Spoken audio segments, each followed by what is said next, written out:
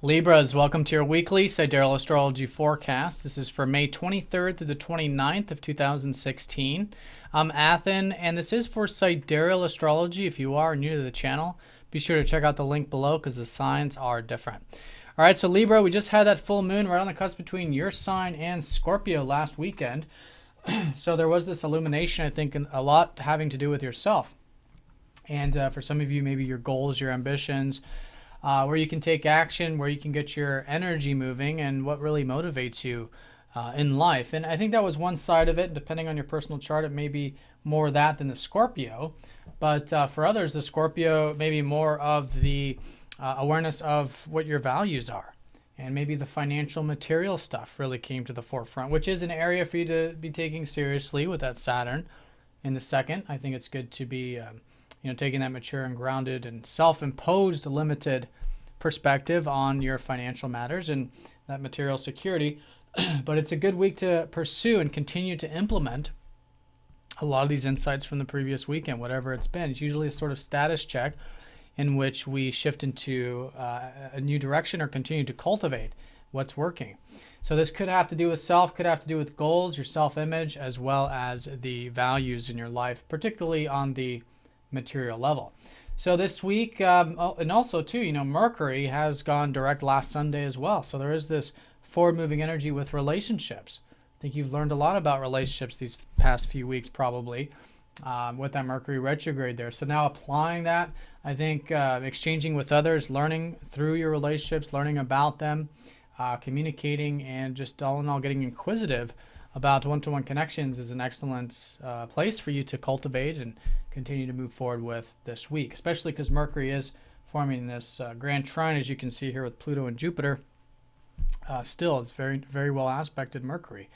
And Mercury does also rule your 9th and your 12th house, so maybe things moving forward with what's possible, and also with your spiritual self, and maybe a bit of that alone time, maybe what you've learned about yourself on that deeper level.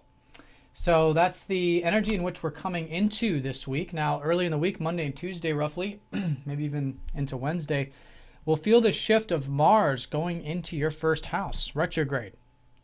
So there is this reflection, I think, for you guys in terms of where you are putting your energy, what motivates you in life, how you can be perhaps a bit independent or have that balance of independence in your life and that directness and all of that. It's more self-willed, self-motivated energy of Mars. And it could also be this reflection, too, of the material stuff. With Mars ruling your second, it's good to be still learning about and maybe rehashing your material security, doing some of that reevaluation there. And again, with relationships as well, could really be heightened with Mars going into the first house. So up and through June, with that Mars retrograde there, rethinking and still going over and re-examining your ambitions, your goals, relationships, your values. And I think there's a lot to learn about that, a lot in terms of what really motivates you in those areas, right? And then once Mars goes direct, there's a lot of that forward-moving momentum and energy and motivation from what you learn for about the next 30 days. So that's the early part of the week, as well as around here, Tuesday and Wednesday, Mars is going to be opposing up to Venus, your ruler, and your ruler's been in this 8th house. So things are very, I think, deep for you at the moment, or can be. Maybe good intimacy, deep bonds, deep connections, and personal transformation, if that's been the case. And this is a great area for you to focus, which is the sun. Where can you accept yourself, your deep self in life? And that leads to the transformation. And I think enjoying the depth, is, again, deep connections could be an expression of that openness with self, and really accessing what really matters in life and what's really meaningful. But the opposition is suggesting the importance of balance with these things, and that particularly with what is reworking and what is being reestablished with yourself and with your values, balancing that, watching any extremes, just being aware of the self, being aware of the ego, being aware of what we desire. And that helps keep everything nice and balanced. And on the other side of the spectrum, being aware of that sometimes, transformation is necessary, but there's a balanced and healthy way of that. Sometimes intensity is necessary in life, and deep connections, but there's a balanced and healthy expression of that as well. So I think that'll be particularly important, specifically with your motivations and drives. For some of you, because it's your ruler, if you're feeling a lot of this, energy of wanting to really get active or move forward. There's a lot of this drive or ambition, or even with Mars retrograde sometimes too, a bit of that, agitation of wanting to actually get things done. But there's the retrograde reflection. If that's the case, just remembering that balance, remembering the centeredness, which is the middle of the opposition, and that keeps the balance in place. So that's going to be that opposition. And then very importantly this week, Jupiter is going to be squaring up to Saturn exact on Thursday. So there is this building of your possibilities, and I think particularly with possibilities with your aspirations.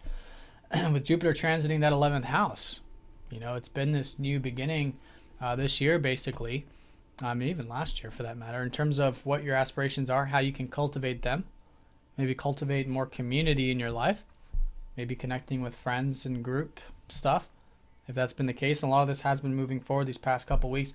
But Saturn's over here making sure everything's done nice and constructively, nice and slowly.